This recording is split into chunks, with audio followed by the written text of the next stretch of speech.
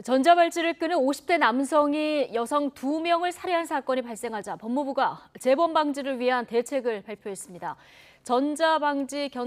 발찌 견고성을 개선해서 훼손을 방지하고 이미 훼손된 뒤라면 신속한 검거를 위해서 경찰과의 공조 체계를 개선하겠다고 밝혔는데요. 취재 기자 연결해 보겠습니다. 자, 강희경 기자. 네, 법무부입니다. 예, 오늘 오전 법무부가 피해자들과 국민 앞에 고개를 숙이고 대책을 발표했죠.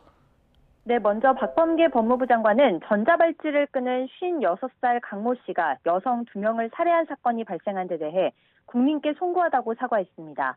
이어 전자감독 제도가 끊임없이 개선돼 왔지만 한계가 여전하다며 개선책을 마련하겠다고 밝혔습니다. 직접 들어보겠습니다.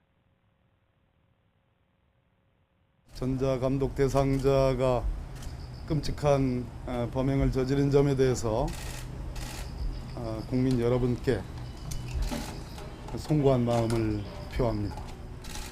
전자감독 제도는 그동안 끊임없이 개선되고 발전돼 왔습니다만 아직 물적, 인적 한계가 여전합니다. 이어 오늘 오전 11시 법무부는 브리핑을 열고 크게 4가지 개선 방안을 발표했습니다. 법무부는 먼저 전자장치 자체의 견고성을 개선해 훼손을 방지하겠다고 밝혔습니다.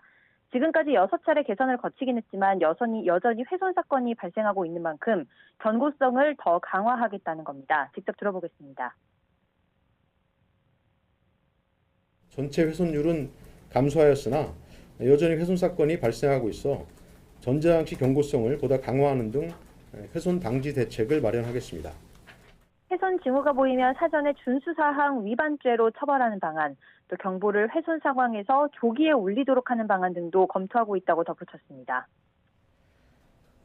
네, 이 사건 발생 초기에 대응이 미흡했다 이런 지적이 이어지고 있는데요. 이에 대해서는 어떤 대책을 밝혔습니까? 네, 이번 사건에서는 법무부와 경찰 모두 초기 대응이 미흡했다는 지적이 나오고 있습니다. 특히 피의자 강모 씨는 사건 발생 2달여 전인 지난 6월 1일에 야간 외출 제한 명령을 이미 위반한 것으로 드러났는데요. 전자발찌를 끊고 도주한 당일 새벽에 외출 제한을 한 차례 더 위반했는데도 법무부는 현장에 갔을 때 강 씨가 이미 귀가했다는 이유로 나중에 조사하겠다며 그냥 돌아간 것으로 파악됐습니다. 법무부는 전자발찌가 훼손됐을 경우 신속한 검거를 위해 경찰과의 공조체계를 개선하겠다고 밝혔습니다. 훼손 초기 대응 과정에서 협력하고 대상자 범죄 전력 등의 정보 공유를 확대하며 위치 정보를 공동으로 모니터링하는 방안 등을 경찰과 협의해 나갈 예정이라고 설명했습니다. 또 서울 25개구 가운데 11개 구에서는 CCTV와 위치 추적 정보를 연계해 실시간으로 조회할 수 있지만 다른 곳에서는 위반 사항이 발생하면 보호관찰소에서 지자체별 관제센터를 직접 방문해 확인해야 하는 상황인데요. 강 씨가 범행을 저지른 송파구도 실시간 조회가 불가능한 지자체 중 한 곳으로 법무부는 내년까지 순차적으로 연계를 완료해 나갈 예정이라고 밝혔습니다. 이와 함께 법무부는 재범 위험성 평가 체계를 도입해 위험성 정도에 따라 지도 감독을 차별화하고 전자감독 준수 사항을 위반한 경우 처벌을 강화할 방침입니다.